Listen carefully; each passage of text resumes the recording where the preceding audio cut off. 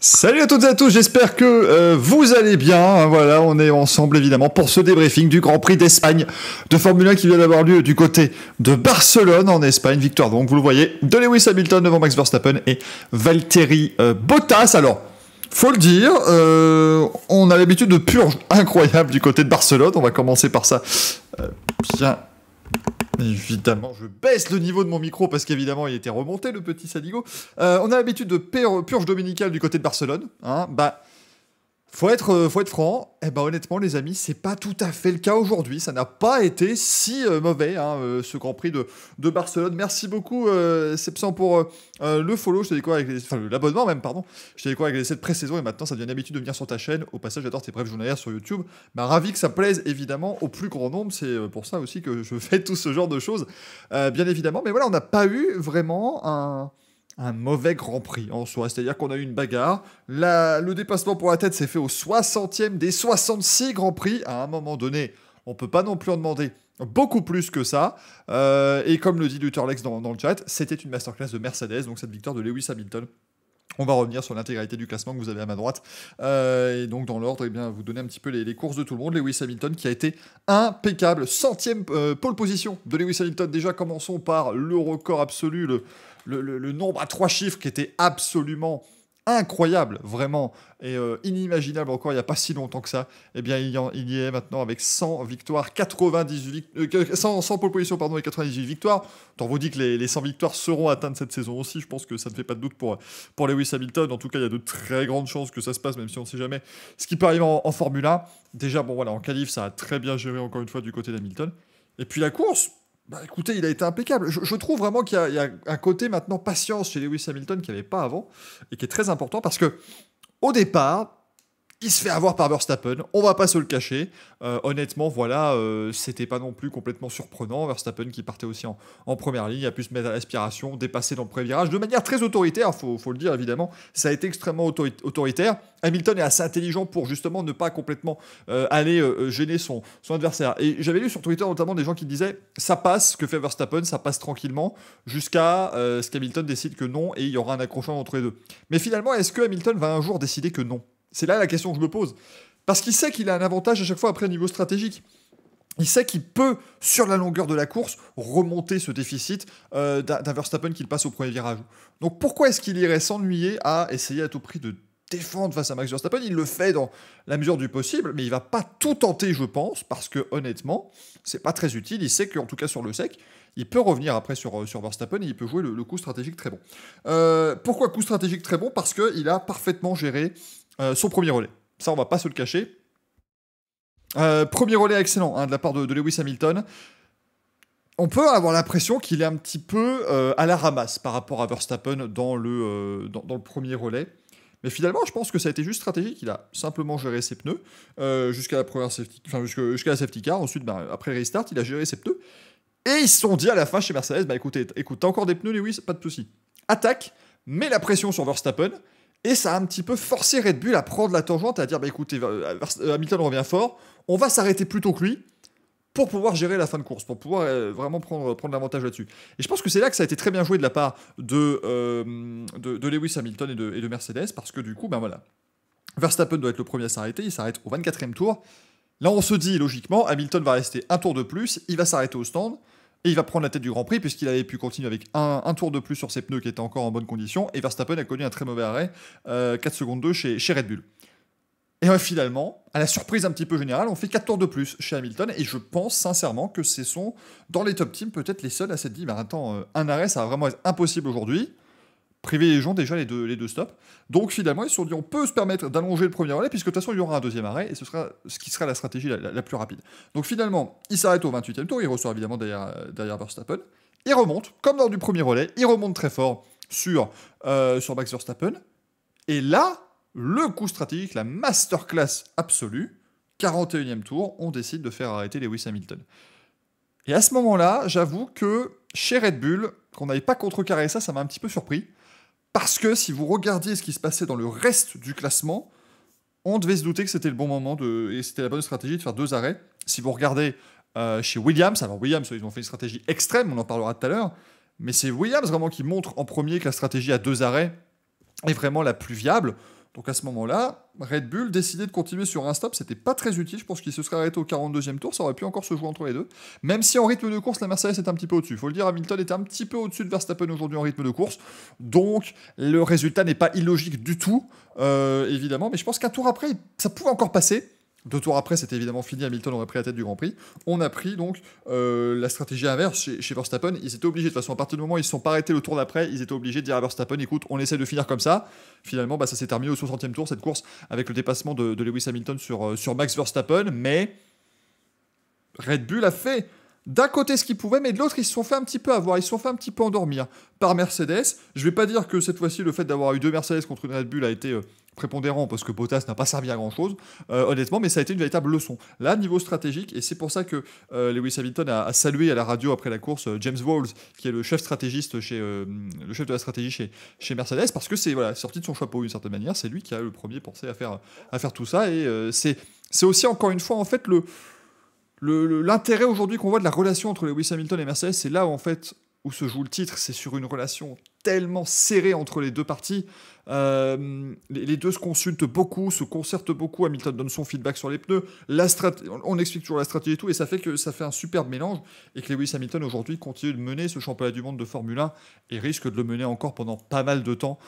Pour ne pas vous le cacher, il a 94 points aujourd'hui. Max Verstappen en a 80 derrière. Red Bull, maintenant, c'est un petit peu compliqué pour eux parce que, du coup, ils sont obligés à chaque fois de limiter la casse en allant chercher le point du meilleur tour pour Verstappen. Je rappelle qu'ils ne comptent pas ce point du meilleur tour dans le classement de par équipe, normalement, si je dis pas de bêtises. Donc, que ce soit Bottas qu'il est, c'est pas important, mais c'était important de l'avoir pour eux, pour pouvoir diminuer l'impact de la victoire de Lewis Hamilton. Mais il y a quand même 14 points d'écart maintenant. Donc, ça commence tout doucement à se chiffrer. Verstappen, dans la voiture, il a fait exactement ce qu'il pouvait. C'est ça, en fait. C'est qu'il a fait ce qu'il pouvait, en fait, Max Verstappen dans la voiture, et il pouvait pas contrebalancer suffisamment la très bonne stratégie Mercedes avec la stratégie un petit peu moins bonne de chez Red Bull. Red Bull, c'était eux qui donnaient le ton à chaque fois sur la stratégie dans leurs années victorieuses. Maintenant, ils sont un petit peu derrière. Et on sent que... C'est ce qui me surprend, en fait, c'est parce que Mercedes, ce sont maintenant les leaders établis depuis 7 ans. C'est pas à eux en fait d'être créatifs avec leur stratégie. Et c'est là que je trouve vraiment que c'est très fort et que c'est pour ça que cette équipe est imbattable depuis tellement longtemps, c'est que ils sont loin devant et pourtant c'est pas grave. Ils arrivent toujours à retrouver le bon truc et à se réinventer stratégiquement parlant pour pouvoir justement gérer tout ça. Donc vraiment bien joué de la part de Mercedes aujourd'hui. C'est une masterclass véritablement de l'écurie Mercedes. C'est vrai qu'il compte le point pour le championnat constructeur. Toutes mes excuses, je crois qu'alors que la première année peut-être il ne devait pas compter, mais en tout cas voilà. Donc c'est toujours important pour Red Bull du coup d'avoir ce petit point en plus. Mais bon, l'écart aussi au niveau du championnat des constructeurs, il est de 29 points déjà. Donc c'est pas des écarts immenses, bien sûr, mais ça commence tout doucement, vous voyez, ça compte tout doucement. Et l'écart, ce qu'on perd là ne pourra pas être rattrapé plus tard. Donc c'est toujours important, chaque point peut compter, surtout dans une saison qui s'annonce quand même assez serrée entre Hamilton et Verstappen. On a vraiment ce duel au sommet, ça fait 4 courses. 4 fois qu'on a, 3 belles fois un beau duel entre les deux au moins. Portugal un petit peu moins, mais quand même c'était une belle course niveau stratégique aussi. Donc c'est une saison très intéressante qui s'annonce pour ce point-là, en tout cas, et pour la bataille pour le titre. Enfin, on retrouve Lewis Hamilton face à un autre pilote pour le titre, et en plus un autre pilote d'une autre écurie. Donc ça c'est très très très plaisant. Bien sûr, Ismaël qui a dit c'est bizarre, j'ai pas fait attention à la stratégie des autres tellement dans les moments où Lewis avait passé Max. J'avoue que j'ai quand même regardé, moi j'étais assez surpris. En fait, au début, ça m'a rien dit en fait. Bon, les Williams se sont arrêtés super tôt. Au 9e tour, ils ont fait leur double arrêt sous safety car. Je me suis dit, oui, bon, voilà, je sais pas trop ce qu'ils tentent. Puis en fait, que tu regardes un moment, tu dis, mais attends, Bottas, Russell il est 14, il va monter 13, 12, 11, il tourne plus vite que tous les gens autour de lui. C'est bizarre, il se trame un truc et on sentait vraiment en fait que les pneus s'usaient beaucoup plus que ce à quoi on pouvait s'attendre. Et c'est ce qui donne aussi des belles courses, faut le dire, parce que beaucoup crachent facilement sur Pirelli et je trouve que c'est pas du tout justifié parce que, enfin voilà, qu'est-ce qu'il vous faut les amis pour ceux qui crachent dessus? Parce qu'on va dire, Pirelli, ils savent pas faire des pneus, au bout de 3 tours, il n'y a plus de pneus, mais en même temps, c'est le fait qu'au bout de 3 tours, il n'y a plus de pneus qui nous donne une incertitude stratégique, une bataille de tous les instants un peu partout, et qui nous a donné un chouette Grand Prix d'Espagne. Et il faut y aller pour faire un chouette Grand Prix d'Espagne à Barcelone. Donc voilà, on peut pas non plus complètement se plaindre. Et Pirelli, ils savent faire des pneus, on fait un cahier des charges pour Pirelli, et je trouve que là, aujourd'hui, vraiment, pour moi, c'était quasiment le mix parfait. Parce que c'était pas la folie totale de 2011-2012 où il se passait n'importe quoi avec n'importe qui. Mais il y avait quand même une gestion de gomme, il fallait gérer le tout, il y avait les 2 arrêts, les arrêts de ça, donc c'était assez sympathique. Franchement, j'ai trouvé que c'était très très bien aujourd'hui à ce niveau-là. Valtteri Bottas termine 3ème. Écoutez, c'est gentil pour lui, hein, parce que il a été mauvais encore. Hein, ça devient terrible, hein, pour Valtteri Bottas. Bon, il fait 3ème en qualif, voilà, c'est pas mauvais, hein, en soi. Il prend encore un mauvais départ, il se fait passer par Charles Leclerc, et encore une fois, moi c'est le vrai souci. Il se fait lâcher par Leclerc au début du premier relais, quoi. Et on sait que Bottas, c'est pas le maître pour gérer ses pneus, donc c'était pas une gestion de gomme. Voilà, c'était vraiment compliqué pour Valtteri Bottas. Bon, il se retrouve devant Leclerc un peu grâce à la stratégie aussi. Il s'est arrêté avant Leclerc au stand. Mais alors le coup de ne pas laisser passer Lewis Hamilton, qui était lui sur une stratégie claire à 2 arrêts, alors qu'il s'était pas encore arrêté. Mais moi je comprends plus en fait Valtteri Bottas. C'est sympa de dire voilà. Je suis dans l'équipe, je vais être champion du monde et tout, mais il va falloir que le garçon quand même se rende compte qu'il n'a pas les épaules actuellement pour devenir champion du monde, et que tout ce qu'il est en train de faire, c'est plutôt de ne pas solidifier sa place dans l'équipe, mais plutôt la fragiliser par rapport notamment à George Russell. Donc il va falloir quand même qu'il commence à jouer team player, parce qu'il a actuellement 47 points en championnat, Lewis Hamilton en a 94. Le titre est quasiment plié, hein, limite, pour Bottas en fait. Évidemment, c'est pas le cas puisqu'on a fait que 4 Grands Prix sur 23. Mais on sent qu'il y a une tendance, il va perdre des points sur Monaco, en Azerbaïdjan, en Turquie. Enfin voilà, vous voyez, je ne le vois pas gagner des points sur Hamilton à chaque course à partir de maintenant. Donc voilà, c'était vraiment pas, c'était pas un superbe, c'était pas un Grand Prix digne véritablement de la deuxième Mercedes pour Valtteri Bottas, un de plus. Malheureusement, par contre, je veux tirer encore une fois un grand coup de chapeau à Charles Leclerc qui a été exceptionnel. 4ème en qualif, de toute façon, ça devient sa place, mais c'est formidable de réussir à mettre la Ferrari à cette place-là. Attention, c'est pas la SF1000, elle est pas mauvaise, hein, cette Ferrari foncièrement, mais quand même, je pense pas qu'elle vaille la 4ème place en qualif et en course. Il a encore été très très bon.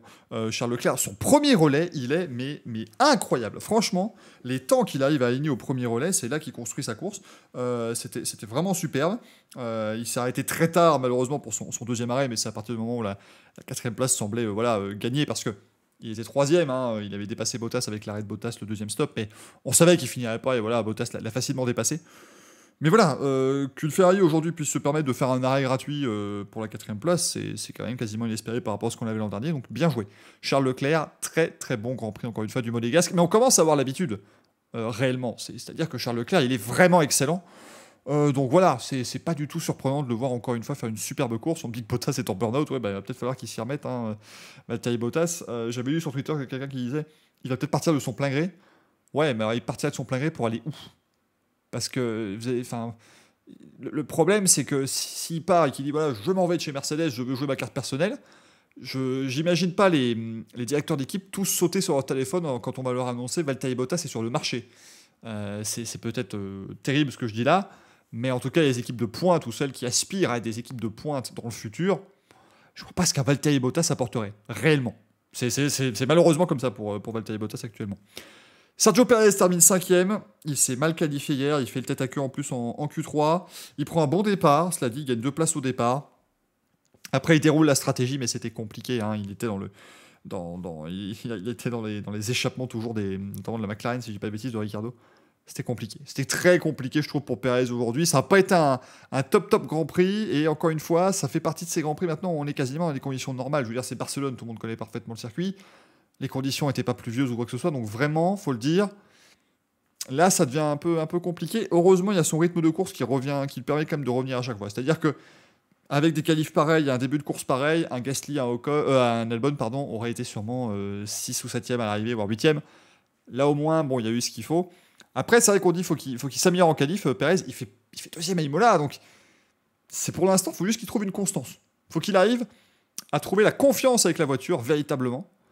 Et là, ça ira mieux pour lui. Je trouve pas qu'il a été...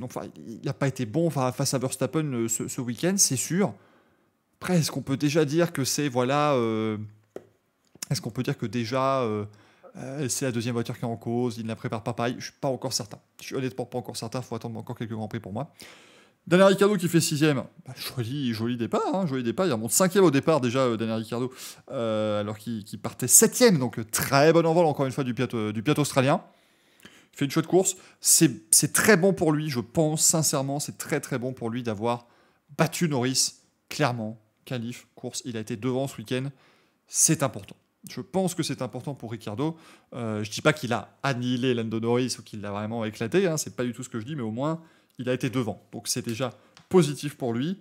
Norris qui partait 2 places derrière et qui termine 2 places derrière. Donc pour les McLaren, voilà, ça fait plaisir. McLaren continue à engranger 2 gros points. Ils sont 3e du championnat. Il n'y a plus que 5 points d'avance sur Ferrari. Attention, hein, la bagarre pour la 3e place est vraiment engagée. Ça fait plaisir. On va pas se le cacher, les amis. McLaren contre Ferrari, une bagarre, même si c'est pour l'instant que pour la 3e place. C'est bien aussi de retrouver ces 2 équipes à des niveaux quand même beaucoup plus acceptables et pouvoir jouer des podiums aussi. Donc ça fait vraiment plaisir, très clairement, de les revoir dans la lutte. McLaren, donc Norris aussi, voilà, il fait pas un mauvais Grand Prix non plus, il fait une belle remontée à la fin, justement, une fois qu'il chausse son 2e train de pneus tendres. Mais je ne l'ai pas trouvé aussi à l'aise que sur les premières courses, de Norris. Il a été un petit peu en dedans. C'est encore autorisé, les amis, évidemment. Je vous rappelle qu'il y a 23 Grands Prix. Je pense qu'il n'y aura personne qui sera au top sur 23 courses. C'est vraiment très, très compliqué. Dites-vous que ça, c'est vraiment histoire de vous placer le championnat 2021. Il reste aujourd'hui autant de courses que le championnat de 2005, quoi, par exemple, toute la saison. Voilà. Donc c'est vraiment... Il y a des écarts de points actuellement qui ne sont pas si élevés non plus, mais voilà, il reste encore une très très très grande partie de la saison, évidemment, à regarder. Entre les McLaren, on trouve Carlos Sainz. Carlos Sainz, je l'ai trouvé pas mal, moi, sur ce Grand Prix. Bon, en qualif, évidemment, il a été... Voilà, hein, il n'a pas été au top face à Leclerc, mais je pense vraiment que pour battre Charles Leclerc en qualif, il faut y aller. Hein, et surtout cette année, avec la confiance qu'il semble avoir lors du dernier tour crucial en Q3. Il perd des places au départ, c'est un petit peu dommage, mais sa remontée de fin de course était sympathique. Il est bien remonté, Carlos Sainz. Donc voilà, on sent qu'il commence vraiment à prendre de plus en plus ses marques avec la voiture. Et c'est très bien pour Ferrari. Maintenant, ils ont 2 pilotes solides qui peuvent justement aller faire cette bataille face à McLaren. Donc non, c'est très très bien ce qu'il a fait aujourd'hui. Je trouve Carlos Sainz, voilà, un bon Grand Prix de la part du pilote espagnol à domicile. Ça fait plaisir, c'était pas mal du tout. Pour Carlos Sainz, 7e place, c'est bien mérité. Vous voyez, 4 et 7, 6 et 8, on sent vraiment que Ferrari et McLaren jouent ensemble et ils étaient un cran largement au-dessus du reste du milieu de peloton. C'est le meilleur équipier possible, nous dit Raikko Junior. Ouais, non, franchement, il est bon, quoi.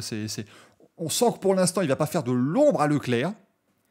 Et on sent aussi que par contre, il a le niveau quand même pour être juste derrière Leclerc, quoi. Il n'est pas largué. Et puis je pense aussi qu'il y a une intelligence aussi chez Carlos Sainz qui lui permet de ne pas faire de déclarations polémiques, pas essayer de prendre à tout prix l'avant en niveau politique ou quoi chez Ferrari. Non, il fait son travail. Il sait qu'il est là pour 2 ans en principe, hein, si je ne dis pas de bêtises.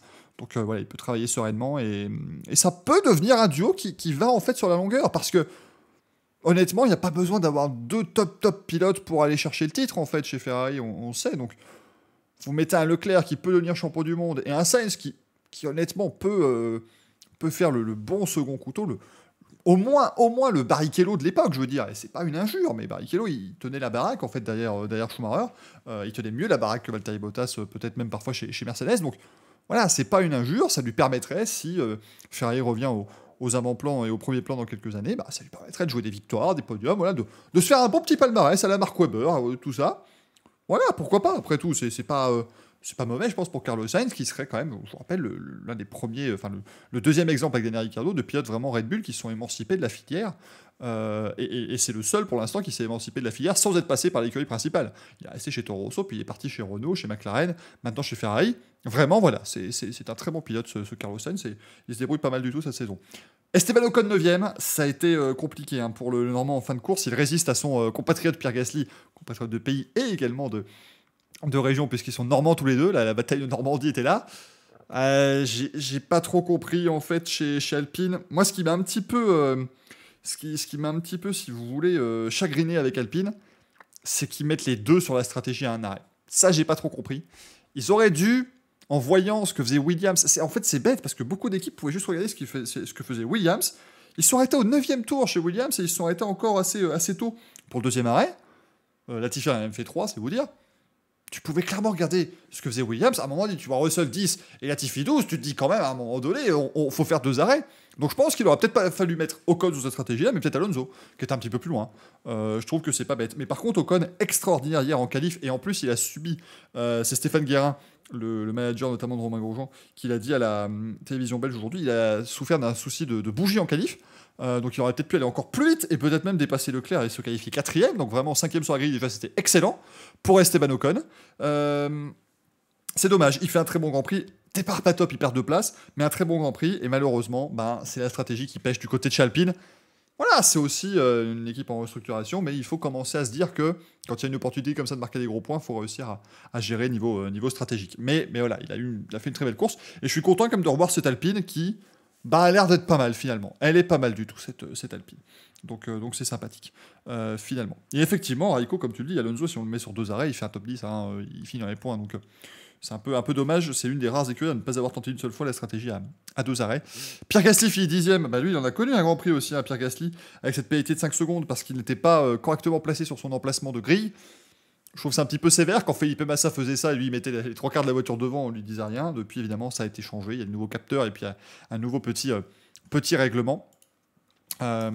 Mais du coup voilà, on va voir vraiment ce que ça va donner pour ça à l'avenir, mais donc pénalité de 5 secondes, mais il est très très bien remonté, encore une fois Pierre Gasly, il fait le taf, il fait un bon boulot, c'est un peu une bonne course pour lui, parce qu'il n'était pas forcément au rendez-vous le dimanche, tout le temps en tout cas depuis le début de l'année. Alors à Imola par exemple c'est l'équipe clairement qui n'a pas été au rendez-vous le dimanche, mais là voilà, il a fait une erreur évidemment en se position normale, mais ensuite il a fait le taf pour remonter et pour gommer cette erreur, et il finit 10ème, donc c'est pas mal non plus, hein, c'est pas un mauvais Grand Prix du tout pour Pierre Gasly qui est actuellement 10ème du championnat, Ocon est 9ème, c'est merveilleux, ils ont fini aux mêmes places qu'au championnat actuellement pour les deux.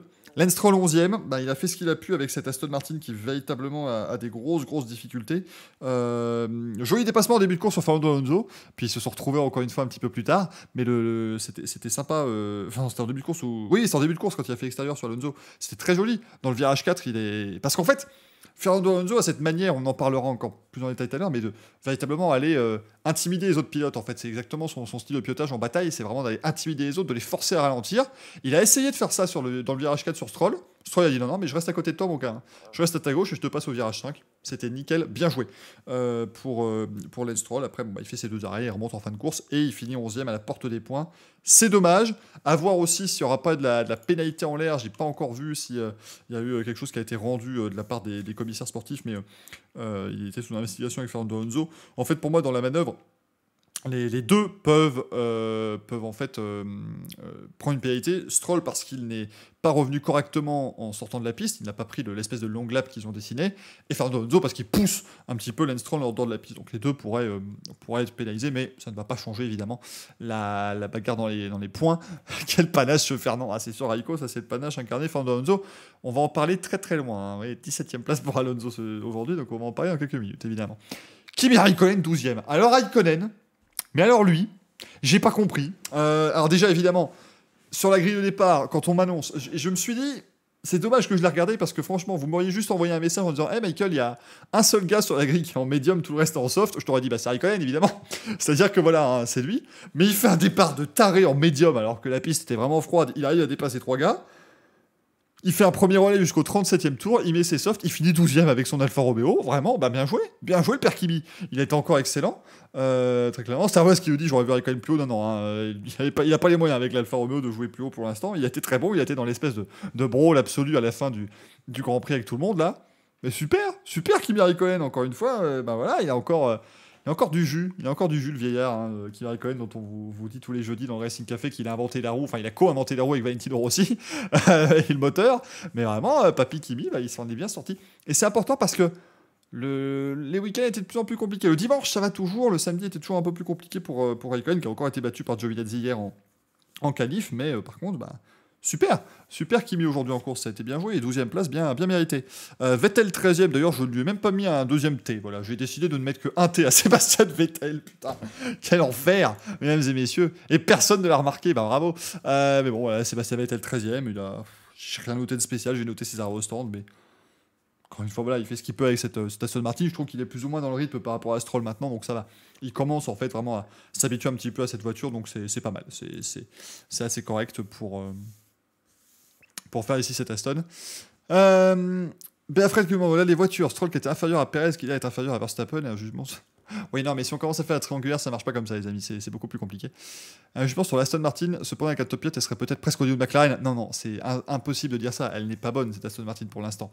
Et on sous-estime véritablement le travail de Lance Stroll. Je pense qu'avec Sergio Perez, il serait meilleur, certes, Mais Stroll n'a pas démérité depuis le début de l'année non plus. Donc, l'Aston Martin, ils sont arrivés ici 7ème force du plateau, je pense. Au moins, ça ne me surprendrait pas qu'ils soient 7ème force du plateau. Donc, vraiment, faut pas dire non plus ce genre de choses pour les pauvres gars pour le pauvre Lance Stroll, surtout, qui fait vraiment ce qu'il peut et qui fait pas du tout une mauvaise saison pour le moment. Ensuite, derrière Vettel, on a George Russell 14ème. Bah, ça, c'est un peu dommage. C'est la stratégie qui n'a pas payé, mais qui aurait pu être le hold-up un petit peu du siècle. C'était aujourd'hui, peut-être qu'il pouvait aller chercher ce premier point avec Williams. Bon, bah, il s'est malheureusement fait dépasser par tout le monde en fin de course. Il y a encore un départ qui était encore très mauvais pour George Russell. Faut qu'il travaille dessus. Alors, en fait, d'un côté, j'ai envie de vous dire, il faut qu'il travaille dessus, mais en fait, c'est pas tout à fait ça. C'est qu'il faut qu'il travaille dessus actuellement parce que c'est sa chance pour aller chercher des points avec Williams. Il faut qu'il arrive à prendre des bons départs. Mais d'un autre côté, je vous dirais pas qu'il a vraiment besoin de travailler techniquement sur le départ, puisqu'on l'a vu quand il a pris son seul départ en première ligne, il était en tête au premier virage. Donc il a été top. Donc je sais pas trop. Il a été prudent, c'est ça. En fait, c'est pas forcément l'impulsion cette fois-ci qui a été le problème, mais c'est dans les enchaînements des premiers virages, il n'a pas forcément été au bon endroit au bon moment. Après voilà, il était quand même dans les points à un moment donné. Il a tiré profit de cette bonne stratégie, cette stratégie audacieuse de chez Williams. C'était les premiers à s'être dit, on va faire 2 arrêts. Et je pense, au début, je me suis dit pourquoi ils les arrêtent tous les deux au 9ème tour sous safety car, mais ils se sont dit écoutez, pourquoi pas, parce que l'usure des pneus était quand même assez forte aujourd'hui. Tentons les 2 arrêts. Et ils ont eu raison. On a pu avoir une Williams qui se retrouvait un petit peu devant, donc, en tout cas dans le top 10 provisoirement. Le point est possible encore chez Williams, c'est possible, on pourrait avoir des points cette année. Giovinazzi 15ème, malheureusement, Giovinazzi n'a pas été aidé non plus par son arrêt sous safety car. Eux aussi, chez Alfa Romeo, ils auraient pu tirer le gros lot avec cette stratégie-là, mais arrêt très compliqué, il ne s'est même pas retrouvé exactement derrière le peloton quasiment au restart, donc un petit peu compliqué pour Giovinazzi. Latifi 16ème, du coup, c'est le seul qui a fait 3 arrêts, donc il a fait ce qu'il a pu. Enfin oui, pardon, il y a eu un pneu, c'était un arrêt catastrophique parce qu'il y a eu un pneu dégonflé. Ça, c'est quand même incroyable d'arriver là-dessus, d'avoir un pneu qui est dégonflé pour l'arrêt au stand. Je n'avais jamais vu ça, très honnêtement. J'avais vraiment pas vu ça, et le pauvre Giovinazzi s'est tombé sur lui, de se retrouver là-dessus. Et ouais, Giovinazzi était un secteur des premiers, mais là, j'avoue que ouais, ils ont sorti les pneus du couverture chauffante, ils étaient dégonflés. Donc là, je ne sais pas si la faute, alors, voilà, il n'y a peut-être pas eu de faute, mais il y a peut-être une faute chez Pirelli qui l'a mal monté, chez Alfa Romeo qui l'a mal manipulé. Il y a eu juste peut-être un coup de malchance, on a tapé quelque chose dessus, sans faire exprès, peut-être quelqu'un d'autre, on ne sait pas trop.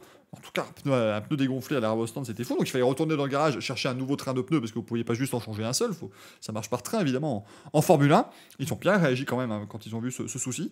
Et à partir du moment où il prend le restart à 20 secondes de tout le monde, c'était compliqué, de toute façon, pour Giovinazzi. Donc il a fait ce qu'il a pu avec cette 15e place.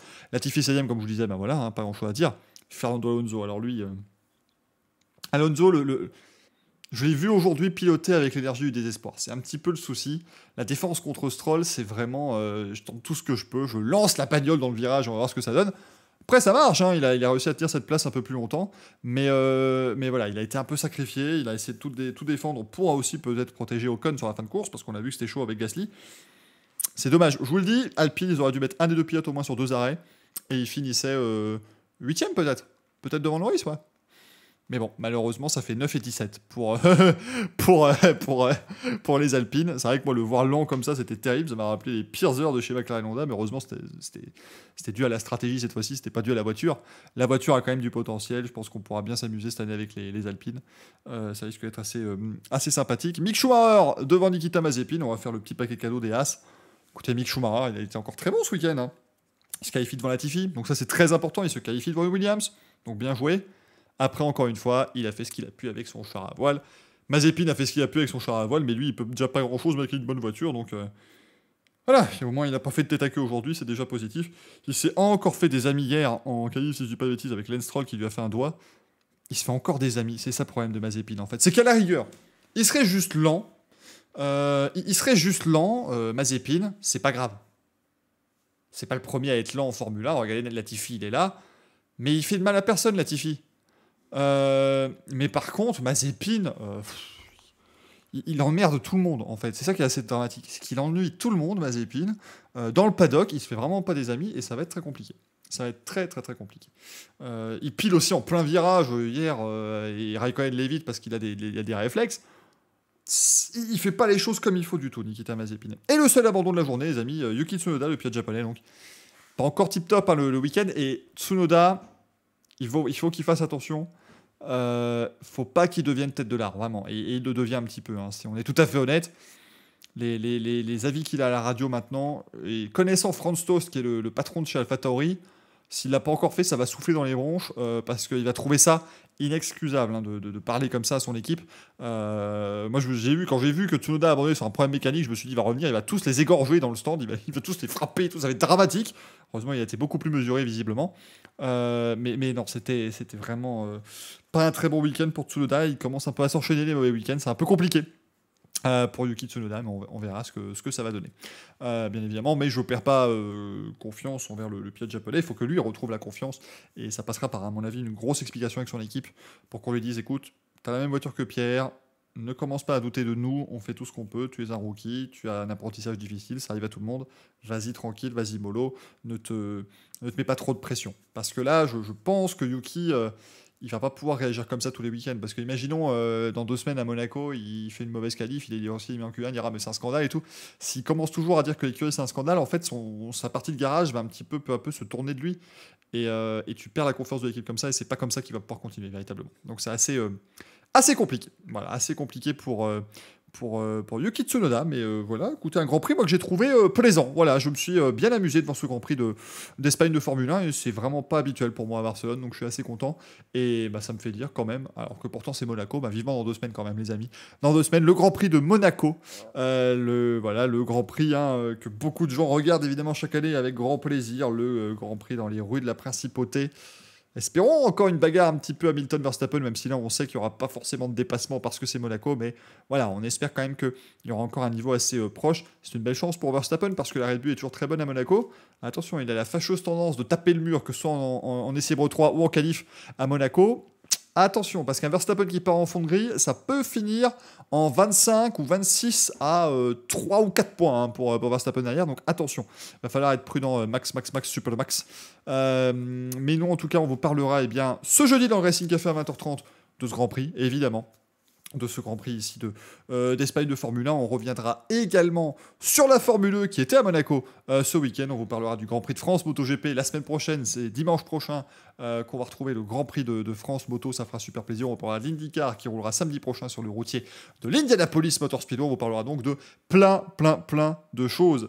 Chers amis, comme d'habitude, j'espère que le débriefing vous a plu. Si c'est le cas, n'hésitez pas évidemment à vous abonner à la chaîne Twitch, à liker, à partager, à commenter la vidéo YouTube, à vous abonner sur YouTube également. Vous êtes de plus en plus nombreux et vous adorez, pour la plupart, j'ai l'impression, les petits formats historiques quotidiens. Donc je vais continuer avec grand plaisir de vous faire ça. On se retrouve, si jamais certains sont intéressés, on se retrouve pour un nouveau live à 19h30 tout à l'heure. On parlera Eurovision. D'ici là, je vous dis une très bonne fin de dimanche. À la prochaine.